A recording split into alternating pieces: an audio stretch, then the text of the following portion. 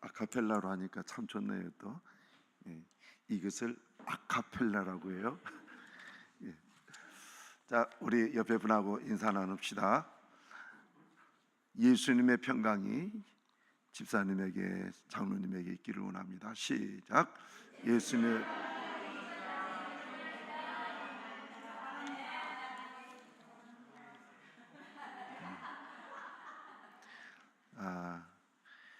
날씨가 갑자기 가을 꼭 만추 같은 그런 느낌이 드는 그런 날이 이어지면서 저도 깜짝 놀랐습니다. 어쩜 이렇게 날이 빨리 변하는지요. 자, 오늘은 제목을 하나님께 뻔뻔한 사람이 되자, 이런 제목을 가지고 말씀을 드립니다. 뻔뻔하다라는 말을 우리 생활에서 보면 별로 좋지 않게 생각하죠. 뻔뻔하다. 여러분들이 누군가를 보면서 저 사람 참 뻔뻔하다 라고 이렇게 할 때에 뭐라고, 저분이 어떤 일을 했기 때문에 뻔뻔하다라고 얘기하십니까? 이 뻔뻔하다라는 기본적인 뜻은 나쁜 짓을 하고도 염치 없이 태연하게 있는 모습을 못마땅하게 부르는 말, 이것이 국어사전에서 정의를 해놓은 것입니다.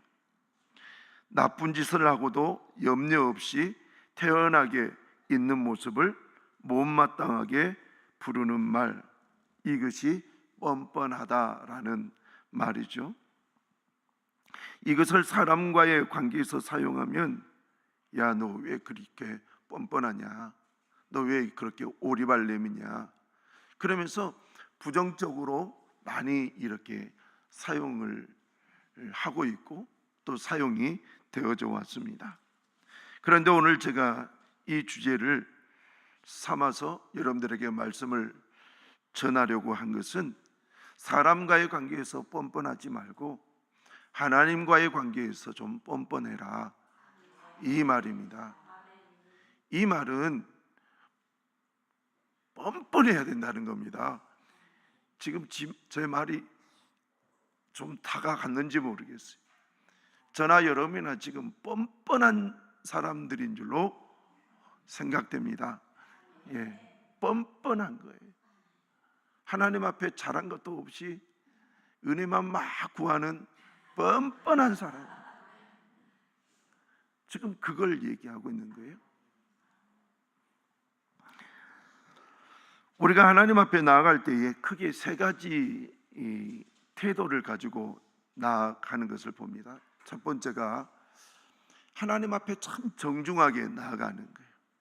하나님의 말씀도 읽고 하나님의 말씀도 잘 듣고 예배도 잘 드리고 전도도 하고 또 건강한 믿음의 삶을 위해서 경건의 생활도 하고 전도도, 그리고 선교도, 그리고 구제도, 하나님의 말씀을 어떻게 해서라도 좀 더 올바르게 순종을 해볼까, 이런 식으로 하나님 앞에 참 정중하게 하나님을 이렇게 섬기는 사람, 이걸 갖다가 하나님을 경외한 사람, 성경은 그렇게 얘기하죠.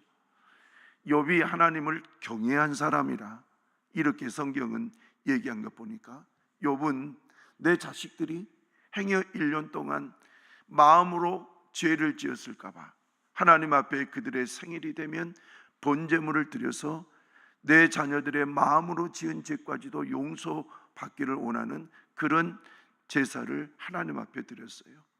얼마나 정중합니까? 그런데 두 번째로 태도는 뭐냐면 뻔뻔하게 나가는 태도입니다. 하나님께 정중히 나아가지도 않고 또 나아가지도 않는 그런 삶을 살면서 하나님 앞에 은혜를 구하는 그런 태도이죠. 일반적으로 우리는 이런 삶을 살아가고 있어요. 세 번째로 보면 자신의 신앙 태도가 부족하다는 것을 알고 나 같은 사람의 간청을 하나님께서 들어주실까라고 하면서 그냥 신앙 생활만 하지, 교회에 와서 예배만 드리지 하나님과의 관계를 가지려 하지 않는 분들이 있어요. 이 세 가지 가운데 여러분들은 지금 어떤 태도를 가지고 살아가십니까? 1번, 정중하게 나아가는 태도, 하나님을 경외하고 말씀에 순종하며 나아가는 태도, 하나님께 영광을 돌리는 태도. 2번째, 뻔뻔하게 나아가는 태도, 하나님께 정중히 나아가지도 않는 삶을 살면서도 하나님께 은혜를 구하는 태도. 아니면 3번째, 자신의 신앙의 태도가 부족하다는 것을 알고 나 같은 사람의 간청을 들어주실 리가 없다라고 하면서 하나님께 구하지도 않는 태도. 어떤 것입니까? 우리는 이 셋 중에 제가 목회를 하면서 2번과 3번이 참 많습니다. 2번과 3번. 2번과 3번이 많은 사람들이 그렇게 신앙생활을 합니다. 그런데 놀라운 것은 그와 같은 신앙생활을 하는 가운데 특별히 2번, 뻔뻔한 사람, 하나님께 정중히 나아가지도 않는 삶을 살면서도 하나님께 은혜를 구하는 사람, 그런데 그 사람에게 은혜를 주시는 이 은혜, 이러한 삶을 살아가는 사람들이 거의 대부분일 거라 이렇게 생각이 되어집니다. 그러면 지금 왜 이러한 말씀을 저는 여러분들 앞에 드리고 있느냐? 자, 완벽한 신앙생활은 아니어도 하나님께 은혜를 구하는 측면에서 뻔뻔하게 나가는 것이 얼마나 좋은 일인지 다시 들어보십시오. 완벽한 신앙생활은 아니더라도 하나님께 은혜를 구하는 측면에서 뻔뻔하게 나아가는 것이 얼마나 좋은 것인지 지금 그것을 얘기하고 있어요. 이것은 사람의 머리로는 쉽게 이해가 되지 않아요. 왜요?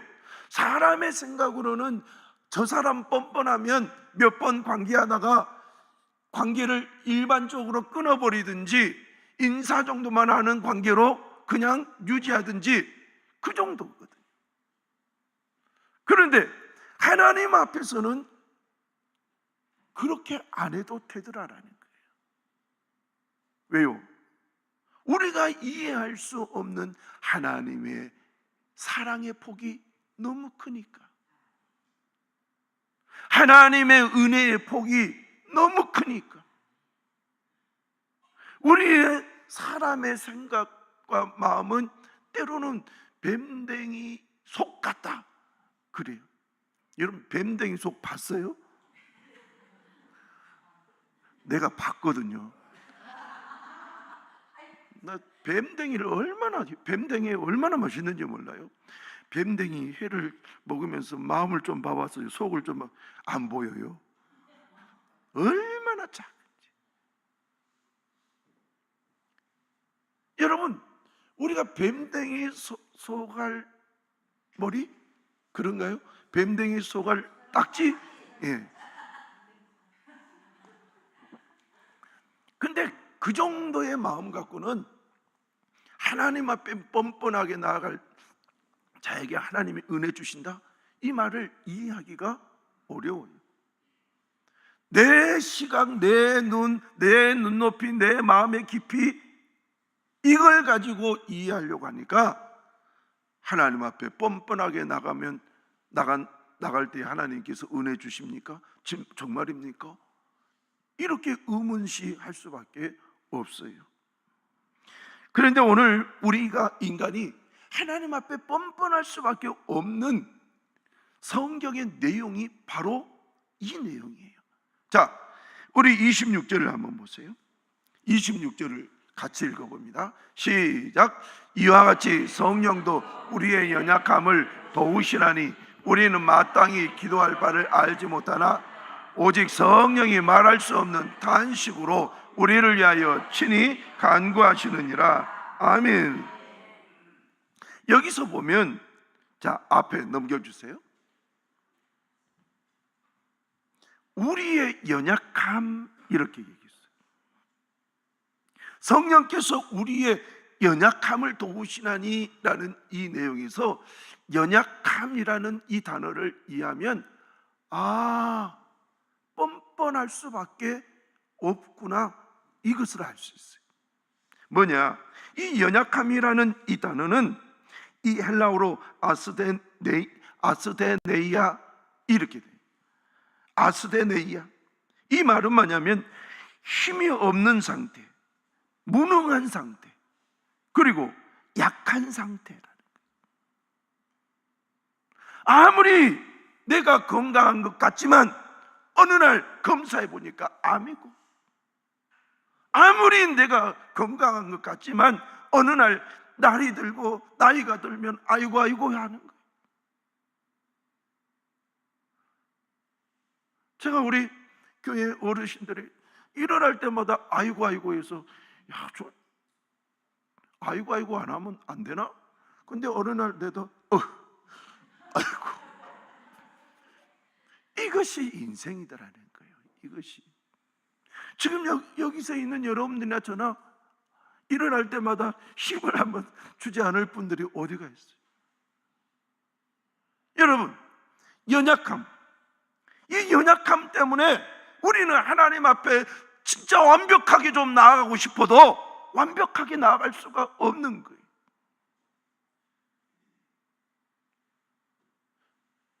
그러면 이 연약함이라는 이 내용은 주로 질병, 쇠약과 같은 육체의 약함, 때로는 비겁함, 여기에 이렇게 사용하거든요. 그런데 여러분, 마태복음 8장 17절 한번 보겠습니다. 이 마태복음 8장 17절 시작. 이는 선지자 이사야를 통하여 하신 말씀에 우리의 연약한 것을 친히 담당하시고 병을 짊으셨다 함을 이루려 하십니다. 여기서 연약한 것, 이것이 바로 지금 로마서 8장 26절에 있는 이 연약함하고 동일한 단어예요. 우리의 연약함을 도우시나니. 그런데 성경은 지금 우리의 연약한 것을 친히 담당하시고 이렇게 말씀하셨어요. 여러분, 오늘 우리가 이 세상을 살면서 연약하다는 것을 늘 인정했으면 좋겠습니다. 연약한 것, 나도 연약하고 너도 연약하고.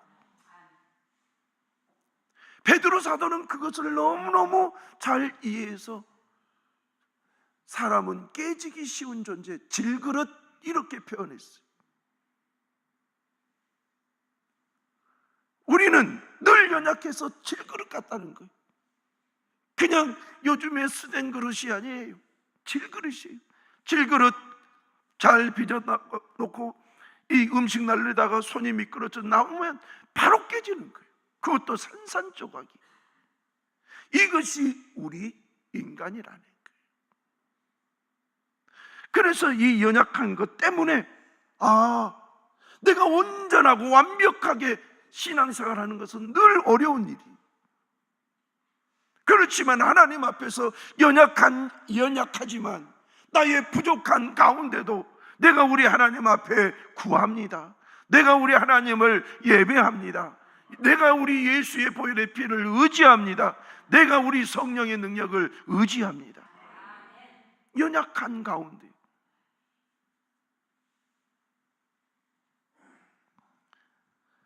누가복음 5장 15절을 한번 보십시다.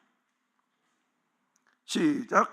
예수의 소문이 더욱 퍼짐에 수많은 무리가 말씀도 듣고 자기 병도 고침을 받고자 하여 여기서 병이라는 말도 똑같은 연약함이라는 단어로 쓰여 있어요. 그러니까 병이 어디로부터? 연약함으로부터. 오늘 우리 하나님 앞에서 늘 연약한 거예요. 늘 연약한. 하나님, 우리가 얼마나 주님 앞에 연약한지, 주의 나를 불쌍히 여겨 주옵소서. 연약한.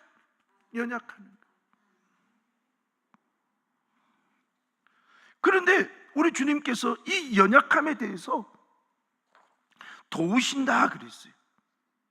그런데 여러분, 연약함을 가지고 있는데도 불구하고도 뻔뻔한 사례가 있어요. 마태복음 15장을 보면 한 가나안 여인이 나오는데, 가나안 여인이라는 이 가나안이라는 지방, 두로와 시돈 지방, 다른 지역에서는 수로보니아계, 그리고 가나안 지방 이렇게 표현했는데, 이것이 어떤 지역이냐면, 자 21절 22절 읽어봅니다. 시작. 예수께서 거기서 나가서 두로와 시돈 지방으로 들어가시니 가나안 여자 하나가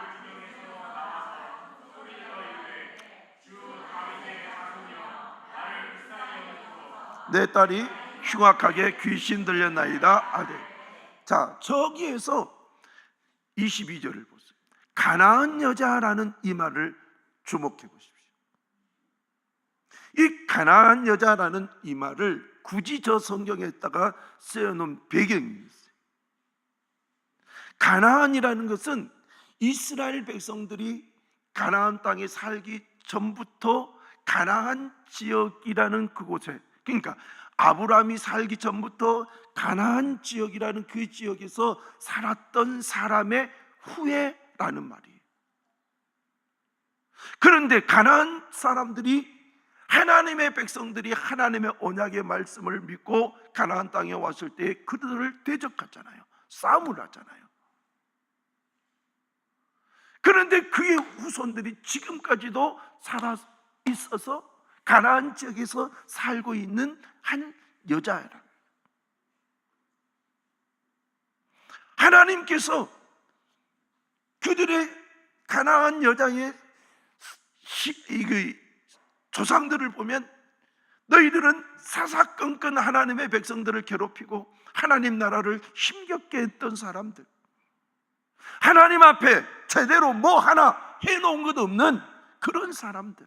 그런데 어느 날 그 가나안 여자가 예수님이 그 지역에 왔다는 소리를 듣고 예수의 소문을 이미 들었던 거예요. 예수님은 병을 고치더라, 예수님은 귀신을 쫓아내더라. 그래서 예수님 앞에 내 딸을 좀 데리고 가면 내 딸을 예수님께서 치료해 주실 것이다. 아주 뻔뻔한 거예요. 예수님 앞에 밥 한 끼 사줬습니까? 예수님이 가니까 환호를 저질렀습니까?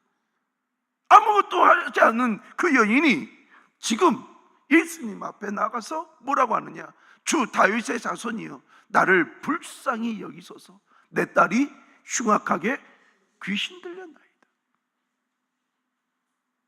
여러분, 그 다음 23절, 예수는 한 말씀도 대답하지 아니하시니 제자들이 와서 청하여 말하되 그 여자가 우리 뒤에서 소리 지르오니 그를 보내소.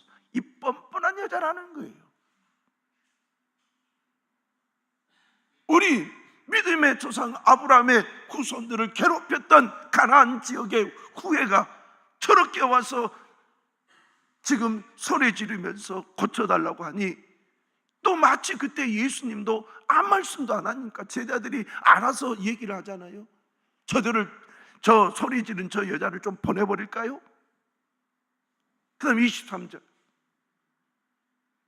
24절 시작. 예수께서 대답하여 이르시되 나는 이스라엘 집에 잃어버린 양이는 다른 데로 보내심을 받지 아니하였노라. 예수님이 이제 더 아주 세게 나가시는 거예요. 야, 나는 가나안 여인 너희들을 구하러 온 것이 아니라 하나님께서 택하신 아브라함의 후손들인 이스라엘 백성들을 구원하러 왔다. 그러면 이 여인은 지금 저 말에 해당되지 않는 거예요. 25절 봅시다. 시작. 여자가 와서 예수께, 자, 이 여인이 지금 거리적으로 조금 떨어져서 다윗의 자손 예수여 불쌍히 여겨달라고, 내 딸을 고쳐달라고 하더니 쫓아내니까 오히려 예수님과 거리가 더 좁아져서 와가지고 어디까지 절을 할 정도로. 조금 거리가 떼어졌는데 이제는 거리를 더 좁혀서 예수님 말 앞에서 절을 하는 거예요. 그러면서 뭐라고 했냐? 주여 저를 도우소서. 주여 저를 도우소서. 예수님 앞에 하는 것 하나도 없는 여인이 지금 더 달라붙은 거예요. 26절 시작. 대답하여 이르되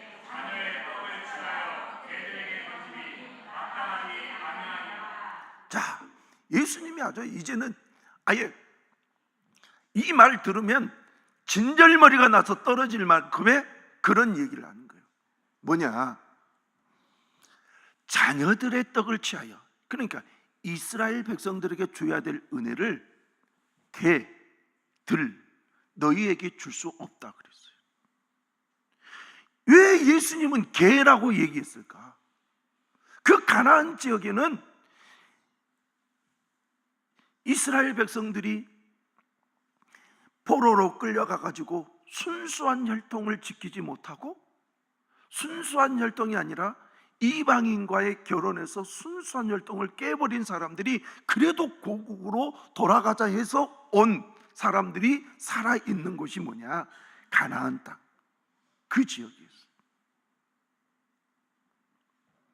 그들을 향하여서 온전한 피가 아닌, 혈통이 아니라는 그 이유로 너희들은 개 같은 것 이렇게 유대인들이 그들을 비아냥거린 말이에요.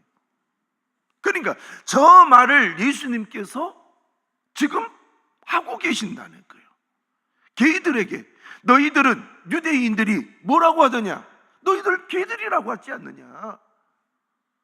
그런데 왜 너는 지금 나에게 계속 내 딸을 고쳐달라고 얘기하느냐? 지금 그 말이에요. 그러니까 27절 말씀 시작. 여자가 이르되 주여 올소이다마는 개들도 제 주인의 상에서 떨어지지 부스러기를 먹나이다.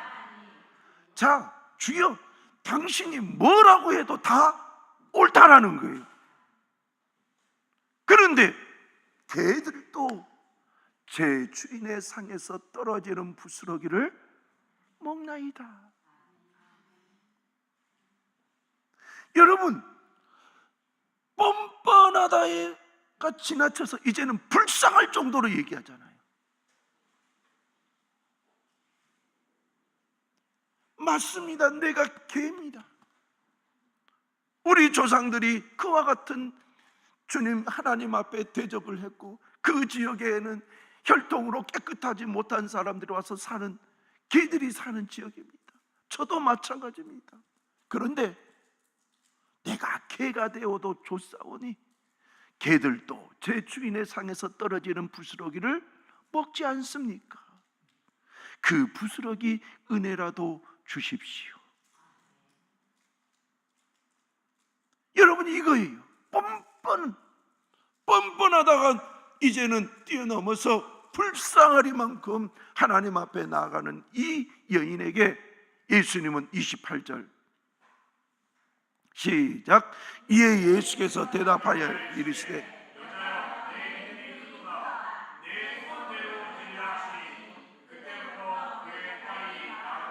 아멘. 예수님 앞에 한 것도 없어요. 예수님이 오시니까 박수 쳐드린 적도 없어요. 그런데 저분이 병을 낫게 하고 귀신을 쫓아낸다는 그 믿음을 가지고 와서 아무것도 예수께 한 일 없는 뻔뻔한 이 여인이 내 딸을 고쳐주십시오, 내 딸을 고쳐주십시오, 내 딸을 고쳐주십시오. 그런데 주님은 그 뻔뻔함을 뭐라고 얘기하느냐? 내 믿음이 크도다. 그러니까 뻔뻔함이 믿음으로 보여질 때가 있다라는 거예요. 모든 뻔뻔함이 다 믿음이 되는 것은 아니겠지만 뻔뻔한 그 상태에서 그래도 주님, 내가 하는 일은 없지만 주의 은혜를 그래도 받고 싶습니다, 이런 이 마음. 그럴 때 우리 주님이 어떻게 하시느냐? 네 믿음이 그도다.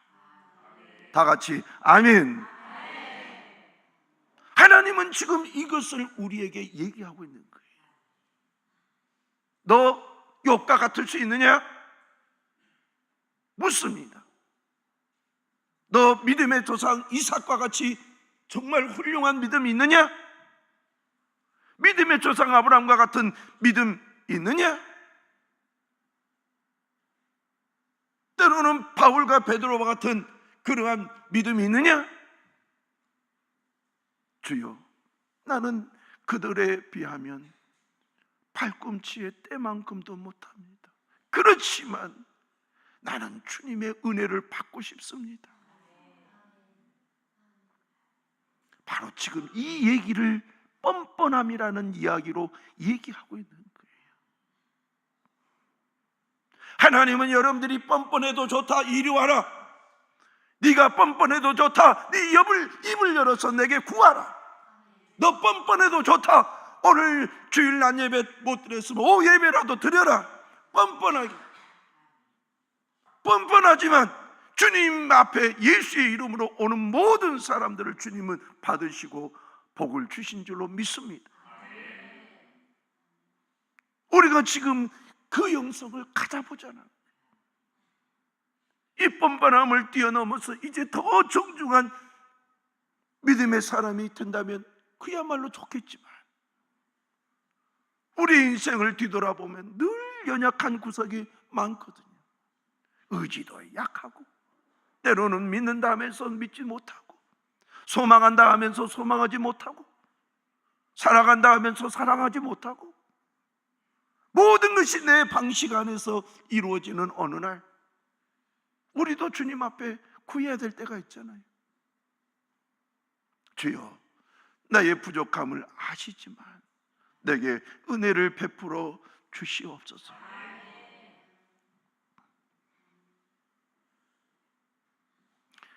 제가 이 뻔뻔하다라는 주제를, 하나님의 말씀을 묵상하는 가운데 갑자기 옛날에 우리 교회 성도가 했던 말이 불쑥 생각이 나는 거예요.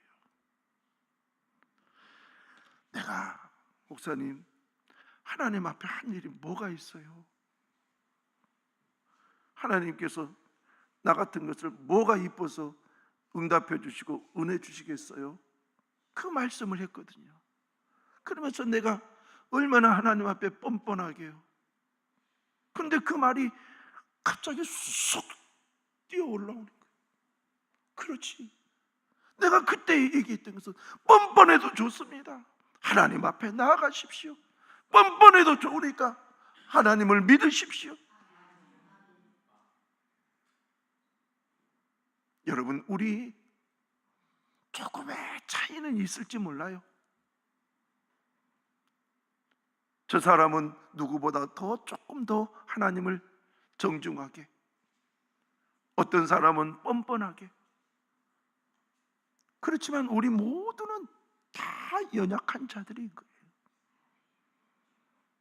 그래서 하나님께서 그 연약한 자들에 대해서 뭐 하냐? 성경은 도우시나니 그랬어요. 도우시나니. 자, 우리 다시 8장 26절을 보겠습니다. 8장 26절. 세민 선생님, 8장 26절.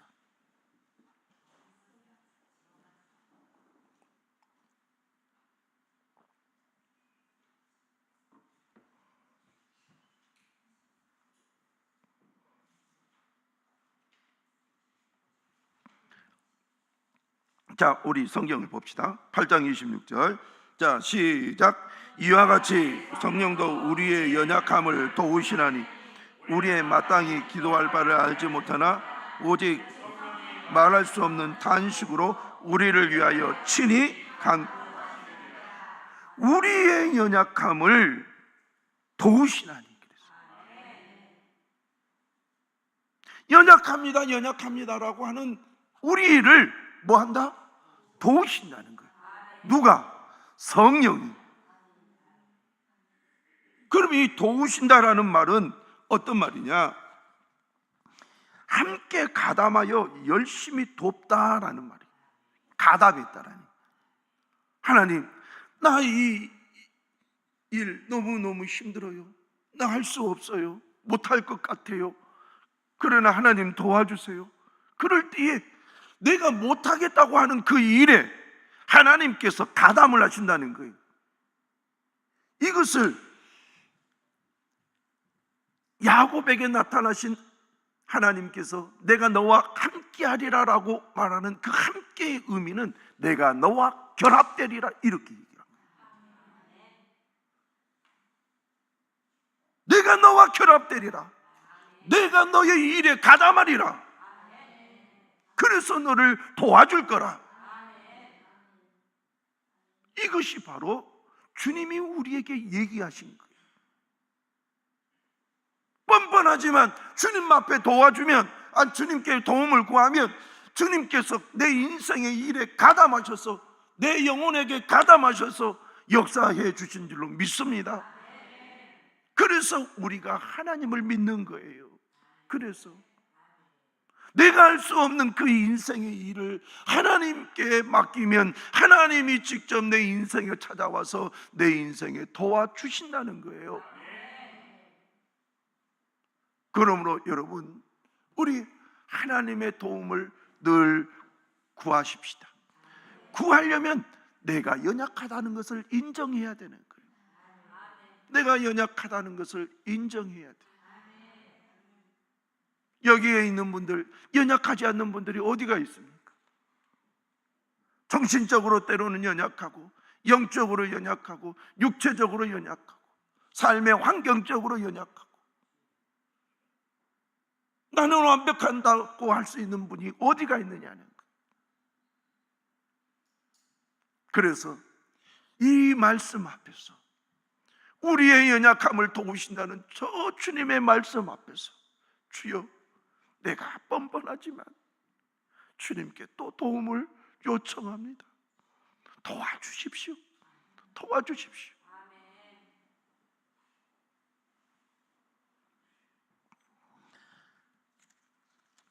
도와달라고 하나님 앞에 구하면 주님께서 로마서 8장 27절 28절 말씀, 쌤 제일 마지막에 로마서 8장 27절 28절 말씀 다 같이 읽겠습니다. 시작. 마음을 살피시는 이가 성령의 생각을 아시나니 이는 성령이 하나님의 뜻대로 성도를 위하여 간구하심이니라. 우리가 알거니와 하나님을 사랑하는 자 곧 그의 뜻대로 모든 것이 합력하여 선을 이루느니라. 아멘. 모든 것이 합력하여 선을 이루느니라. 할렐루야. 성령께서 우리의 연약함을 도우신 결과는 합력하여 선을 이루시더라라는 거예요. 여러분, 우리 성령님을 찾읍시다. 성령께서는 여러분의 심령 안에 계신 줄로 믿습니다. 그 성령님을 향하여, 성령님, 나는 연약합니다. 나를 도와주십시오. 성령께서 내 폐부에 계시니 내 연약함이 얼마나 큰지 아시오니 나를 도와주시옵소서. 그래서 우리 하나님 앞에 믿음으로 다시 나아가는 거예요. 나아갈 때 우리 하나님은 그의 뜻대로 부르심을 입은 자들에게는 여러분들을 얘기하는 거예요. 모든 것이 합력하여 무엇을 이룬다? 선을 이룬다. 할렐루야.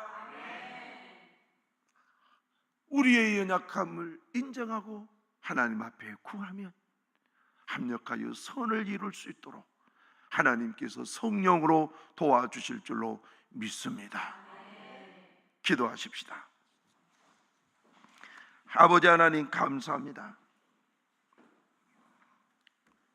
사람과의 관계에서 뻔뻔한 것이 때로는 꼴보기도 싫고 말도 안 된 것 같이 그렇지만 하나님 앞에서는 때로는 내 믿음이 크도다라고 말씀하신 결과를 낳게 했습니다. 주님, 우리 모두에게 은혜를 주시옵소서. 우리는 다 연약합니다. 우리는 다 연약합니다.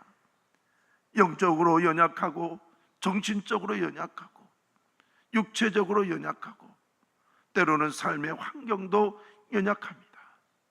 주님, 연약한 가운데 있는 우리가 우리 주님 예수의 이름을 믿습니다. 하나님의 자녀가 되었습니다. 우리는 하나님을 아버지라 부릅니다. 아버지 하나님, 성령을 통하여 우리의 연약함을 도와 주시옵소서. 불쌍히 여겨 주시옵소서. 그리하여 합력하여 선을 이루는 아버지 하나님의 뜻이 이루어지게 하여 주시옵소서. 예수 그리스도의 이름으로 기도하옵나이다. 아멘.